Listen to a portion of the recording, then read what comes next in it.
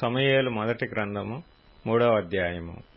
బాలుడైన సమూయేలు ఏలీ ఎదుట యెహోవాకు పరిచర్య చేయుచుండెను.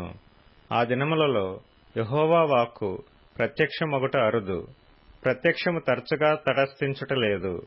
ఆ కాలమందు ఏలీ కన్నులు మందదృష్టి గలవైనందున అతడు చూడలేక తన స్థలమందు పండుకొని ఉండగాను, దీపము ఆరిపోక మునుపు సమూయేలు దేవుని మందసమున్న యెహోవా మందిరములో పండుకొని ఉండగాను యెహోవా సమూయేలును పిలిచెను.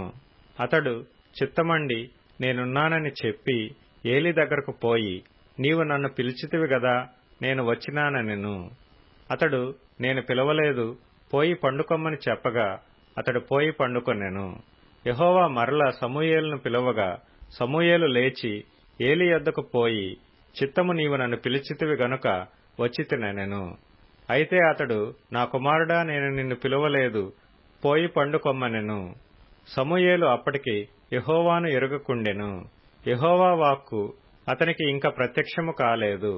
యెహోవా 3వ మారు సమూయేలును పిలవగా అతడు లేచి ఏలీ దగ్గరకు పోయి, చిత్తము నీవు నన్ను పిలిచితివే, ఇదిగో వచ్చితిననగా, ఏలీ యెహోవా ఆ బాలుని పిలిచినని గ్రహించి, నీవు పోయి పండుకొమ్ము, ఎవరైనా నిన్ను పిలిచిన ఎడల యెహోవా నీ దాసుడు ఆలకించుచున్నాడు, ఆజ్ఞ నిమ్మని చెప్పుమని సమూయేలుతో అనగా, సమూయేలు పోయి తన స్థలమందు పండుకొనెను. తరువాత యెహోవా ప్రత్యక్షమై నిలిచి ఆ రీతిగా సమూయేలు సమూయేలు అని పిలవగా, సమూయేలు నీ దాసుడు ఆలకించుచున్నాడు, ఆజ్ఞ ఇమ్మనెను. అంతటా యెహోవా సమూయేలుతో ఇలాగు సెలవిచ్చెను, ఇశ్రాయేలులో నేనొక కార్యము చేయబోచున్నాను, దానిని వినువారందరికీ చెవులు గింగురుమనను.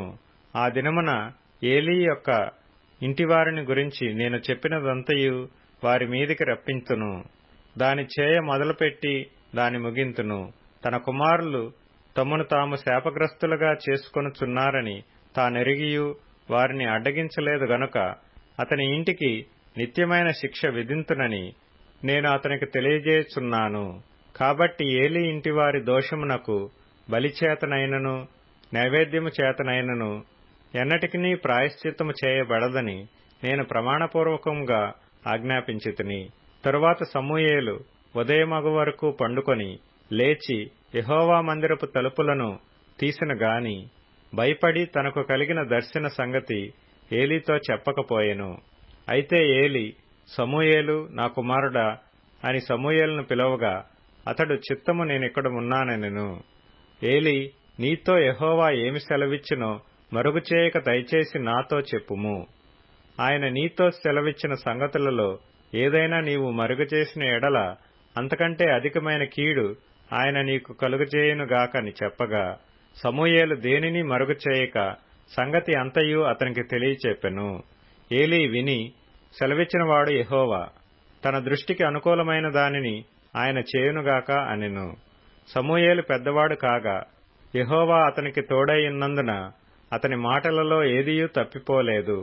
కాబట్టి సమూయేలు యెహోవాకు ప్రవక్తగా స్థిరపడినని దాను మొదలుకొని బెయేర్షెబా వరకు ఇశ్రాయేలీలందరూ తెలుసుకొనిరి.